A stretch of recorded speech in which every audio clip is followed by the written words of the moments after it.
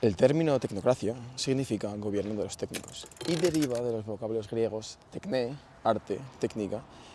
y kratos, poder, dominio, gobierno. Alan Raymond ya la define como tres cosas: una organización o movimiento, una forma de pensamiento o un esquema o esbozo para un nuevo estado social. La tecnocracia se erige, por tanto, como el sistema de gobierno en que los responsables de la toma de decisiones se seleccionan en función de su experiencia en un área determinada. Una definición clásica es la de sociedad sostenida por expertos técnicos que gobiernan, quienes a su vez sustentan sus posiciones mediante argumentación racional y pensamiento crítico.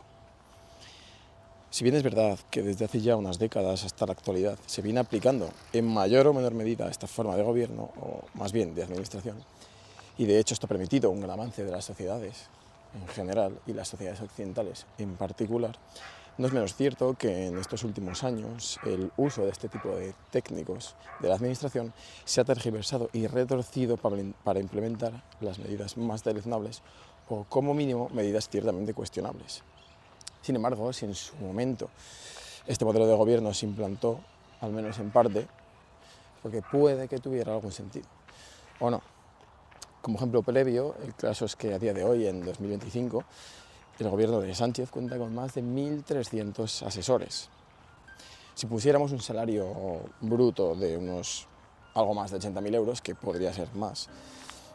esto supondría un gasto mensual de más de 10 millones de euros y un gasto medio anual de más de 100 millones de euros. Ahora bien, para comprobar si la tecnocracia funciona o no de una manera lo más objetiva posible, no podemos sino estudiar brevemente los argumentos, tanto a favor como en contra, que podemos esgrimir acerca de esta forma de tomar decisiones o de gobierno. En primer lugar, diversos tecnócratas han identificado su postura con el uso del método científico para resolver los problemas de la sociedad, en contraposición a meros enfoques económicos, políticos o filosóficos tradicionales. De hecho, una amplia mayoría requieren de un mayor o menor grado de especialización y conocimiento técnico, a diferencia de lo que muchos opinen por ahí. Digo más, a mí me encantaría que tengamos un ministro o una ministra que sea, no sé, una limpiadora o un albañil, porque me parecería que esto es un país maravilloso y debe de ser así. Imaginemos una operación a corazón abierto, o de cualquier tipo, realizada por alguien sin conocimientos o experiencia,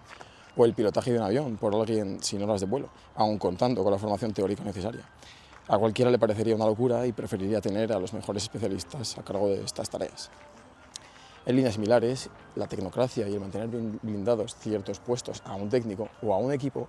permitiría también alejarnos de amiguismos, cuotas de cualquier tipo, como las de género, o favores, que lo único que hacen es parasitar los recursos públicos, como desafortunadamente ocurre en la actualidad. Por otro lado, en la época actual, y teniendo en cuenta la inmediatez de las telecomunicaciones, la accesibilidad a estos técnicos o expertos no debe dejar de ser considerada como una ventaja. Y, en línea con lo anterior, la tecnocracia bien podría incluir a los propios ciudadanos como ciudadanos tecnócratas, como los definía Jeffrey Friedman. Pues, dado cierto problema o conflicto, los ciudadanos previsiblemente compartirán el objetivo de resolverlo, realizando así afirmaciones de conocimiento sobre la mejor manera de resolverlos y siendo así partícipes directos de las políticas públicas. Pero centrémonos en lo que es la tecnocracia propiamente dicha, es decir, en los técnicos, los que realmente saben. No podemos eludir que, bien por ética profesional, bien por todo el esfuerzo que supone llegar a ciertas posiciones o simplemente obtener una plaza de funcionario de carrera en ciertas oposiciones, un abogado del Estado, un interventor, un juez, cuando alguien invierte muchos años de estudio y de esfuerzo, y no solo económico, para obtener calificaciones al más alto nivel, usualmente aspira a expresar su voz y demostrar lo que vale. En esa línea, en España contamos con el EBEP, el Estatuto Básico del Empleado Público, una norma con rango de ley que le dedica un título completo a establecer no solo los derechos, sino también los deberes de los funcionarios, incluyendo una serie de principios y principios éticos, englobando todos ellos algunos ejemplos como la objetividad, la imparcialidad, la integridad, el respeto a la Constitución y al ordenamiento jurídico y el no aceptar tratos de favor. Que sí, que las palabras se las lleva el viento, estén en una ley o estén en la mismísima Constitución. Pero bien es verdad que conozco a un buen puñado de funcionarios que actúan en su día a día siguiendo estos principios. Y aunque no los conozca, ahí tienes el claro ejemplo de uno de los pocos diques de contención que quedan como contrapesos al poder en España ahora mismo. De un lado, los tribunales de justicia, que en tiempos recientes han rechazado querellas o recursos, incluso por unanimidad, en temas polémicos o más bien politizados. O la ahora en peligro Unidad Central Operativa de la Guardia Civil, la UCO, pues se encuentra precisamente en el centro de la diana, en el ojo del huracán del gobierno, por precisamente las pesquisas que se están realizando en su contra.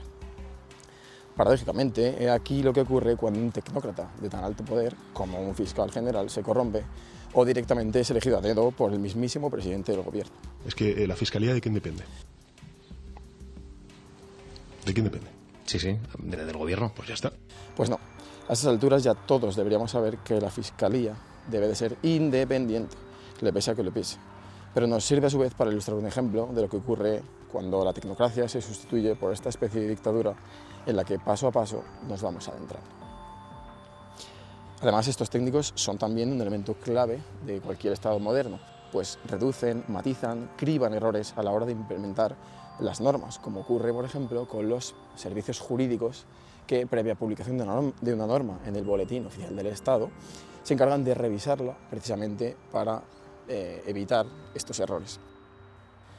Por desgracia, otro claro ejemplo de una omisión de la tecnocracia lo hallamos ante una de nuestras relativamente recientes normas, la impulsada desde el Ministerio de Igualdad por la anterior ministra, Irene Montero, alguien, en mi opinión, a todas luces carente de sentido común, que, a pesar de los avisos múltiples de estos técnicos, decidió tomar una huida hacia adelante publicando la polémica y conocida ley del solo sí es sí.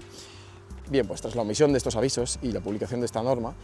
a día de hoy en España se han reducido condenas o incluso excarcelado en total a más de 1.400 condenados por esta ley del solo sí es sí. Y todo ello contando con que a finales del 2023, tras el cese de esta ministra por el nombramiento de la actual ministra Ana Redondo, se dejaron de contabilizar los casos.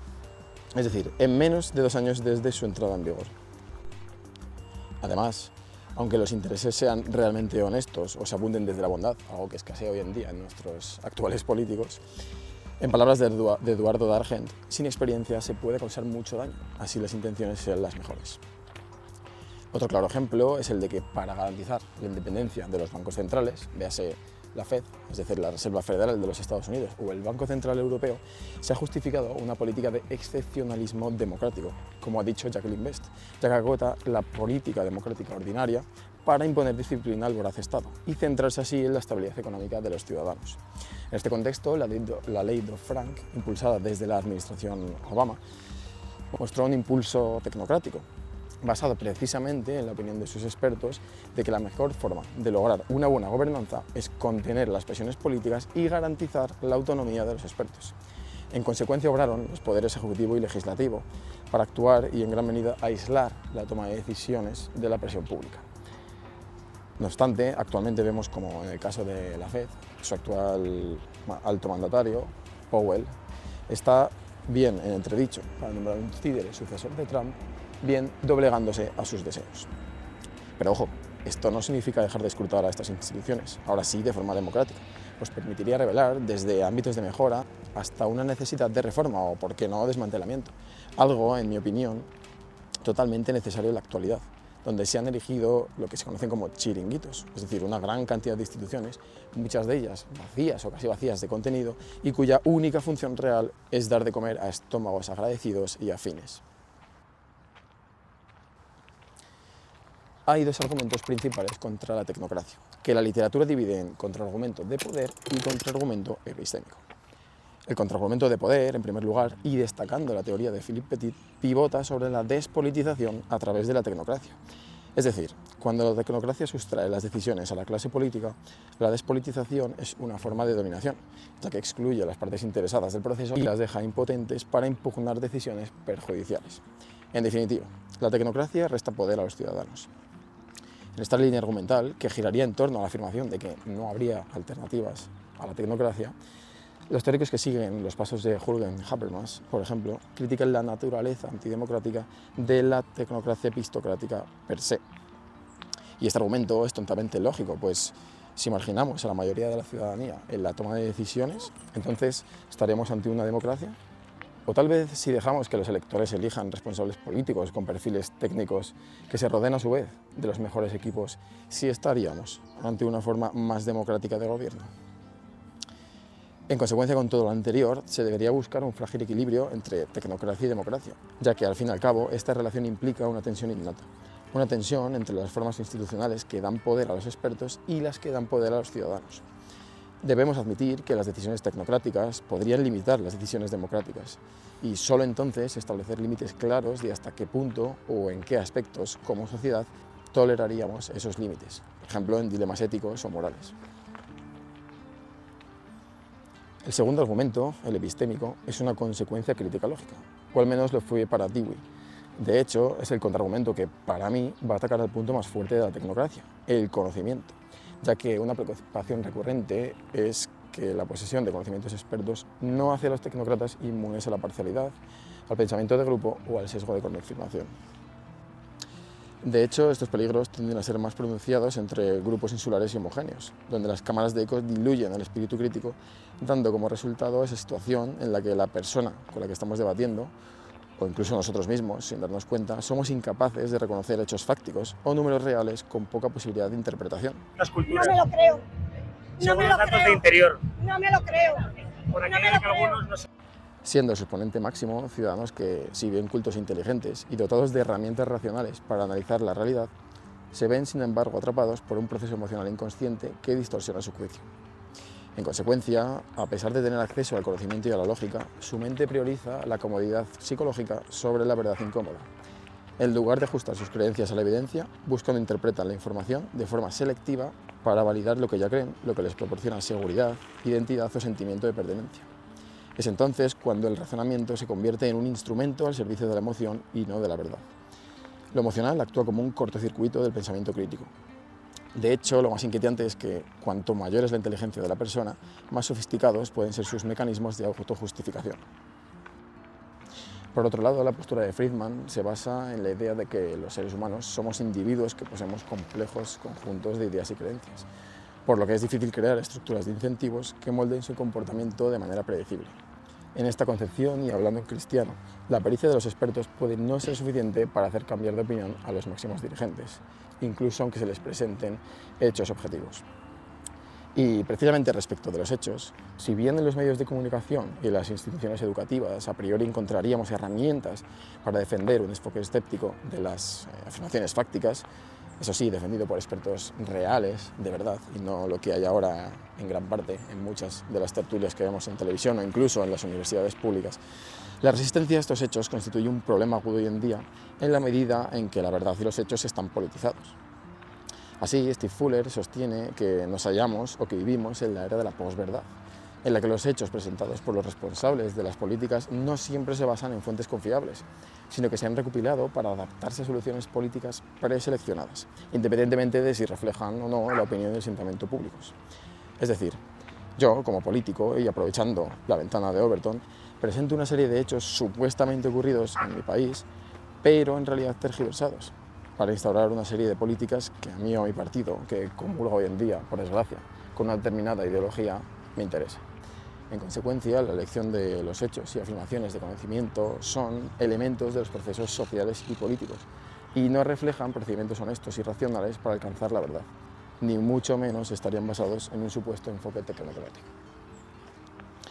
El último argumento en contra iría directamente apoyado en la teoría de que la tecnocracia sería un ataque directo, pero encubierto, a la democracia, como sostenía Max Weber, alertando de que los políticos podrían llegar a ser controlados por los expertos, de tal modo que los políticos electos se plegarán a sus deseos, habiendo autores que acusan incluso a ciertas instituciones internacionales de presionar a gobiernos nacionales de sus estados parte para nombrar a ciertas personas en ciertos cargos con posibilidad de influir en mayor o menor medida en la toma de decisiones en ciertos ámbitos, tan cruciales como por ejemplo el ámbito económico.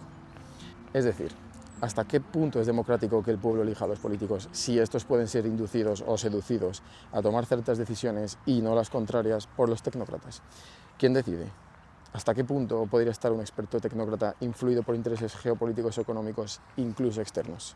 por encima de su buen hacer? Y, en definitiva, ¿dónde queda la democracia en todo esto? Si bien la palabra tecnocracia estuvo en boga en las sociedades, especialmente la americana, la canadiense, la inglesa, desde principios de los años 30, en realidad el término fue acuñado unos años antes, en 1919, por un tal William H. Smith, un ingeniero de California, como el nombre para un nuevo sistema y forma de gobierno que él mismo propuso para las gentes de su propio país.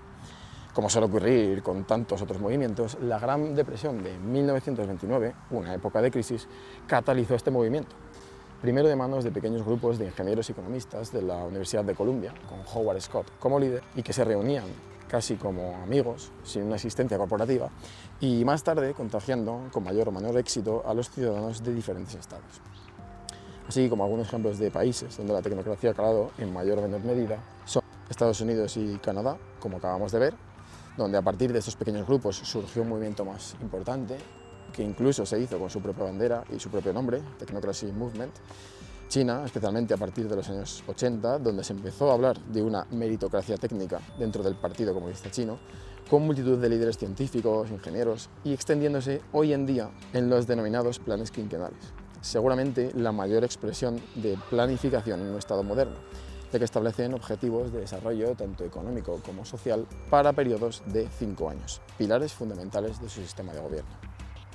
Su vecino Singapur es considerado como uno de los ejemplos más estables de gobierno tecnocrático, en este caso de la mano del Partido de Acción Popular, que ha mantenido este estilo en la administración de su país, con líderes como Lee Kuan Yew, valorando altamente la competencia técnica y la meritocracia. Como ejemplo mucho más cercano a España tenemos el de Italia, un país al que considero hermano y que, si bien ha recurrido en varias ocasiones a la tecnocracia, especialmente a partir de los años 90, lo ha hecho de manera reciente hasta en 2 ocasiones. Primero, de 2011 a 2013, con Mario Monti, un primer ministro abiertamente tecnócrata que, en plena crisis de deuda europea, armó un gobierno 100% tecnócrata, esto es, sin políticos de cuna en su ejecutivo, únicamente expertos sin afiliación política, para implementar así reformas económicas y de austeridad.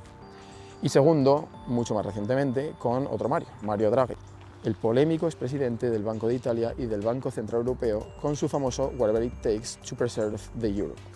De forma reciente, en este caso entre 2021 y 2022, durante la pandemia y pospandemia, para gestionar el Plan de Recuperación Europeo, más conocido como Next Generation.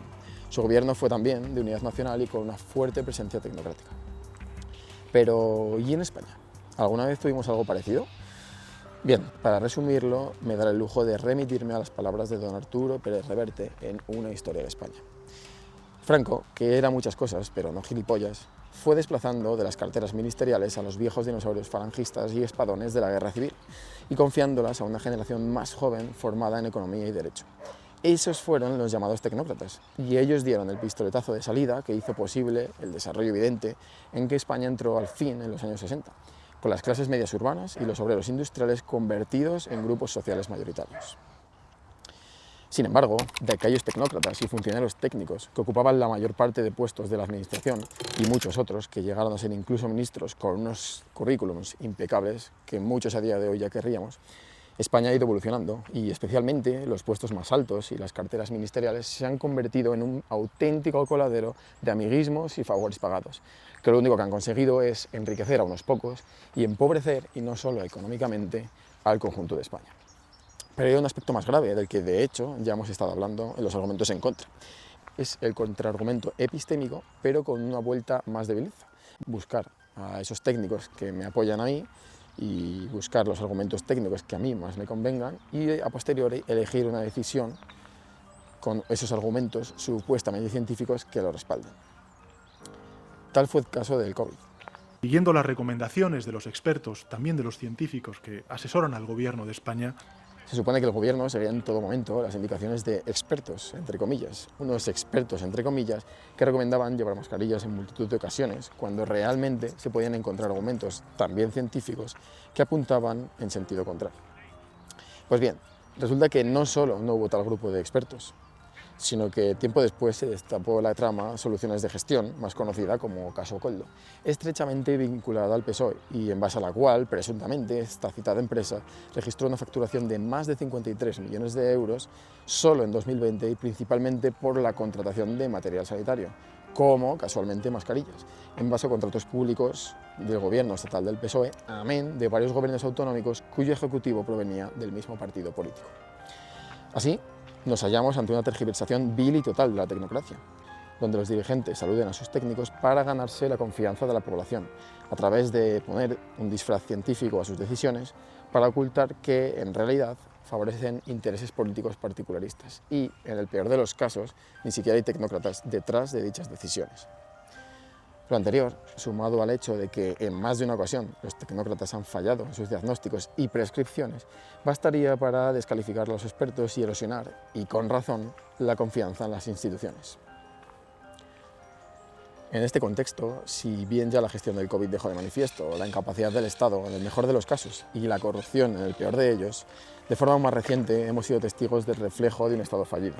ya que con el acontecimiento de la Dana a finales de 2024 asistimos a un eclipse de nuestra supuesta democracia por, nuevamente, en el mejor de los casos, una burocracia y líneas de mando que se asemejaron a un laberinto donde la toma de decisiones no la hicieron los más capaces, hasta nuevamente, y en el peor de los casos, la ideología y la estrategia política cruel y sucia que se tradujeron en un dime y direte y en un echarse el balón los unos a los otros. Y es que el gobierno central está listo para ayudar. Si necesita más recursos, que los pida. ¿En qué lugar deja todo esto la tecnocracia? Pues bien, con estos hechos deberíamos más bien pensar que la tecnocracia es, a día de hoy, un agujero negro donde todo cabe y todo se pierde, pero a cambio del cual nuestros políticos obtienen una carta blanca para actuar como deseen, sobre todo y especialmente en situaciones límite, cuando más bien debería ser este uno de los puntos donde la tecnocracia más podría brillar.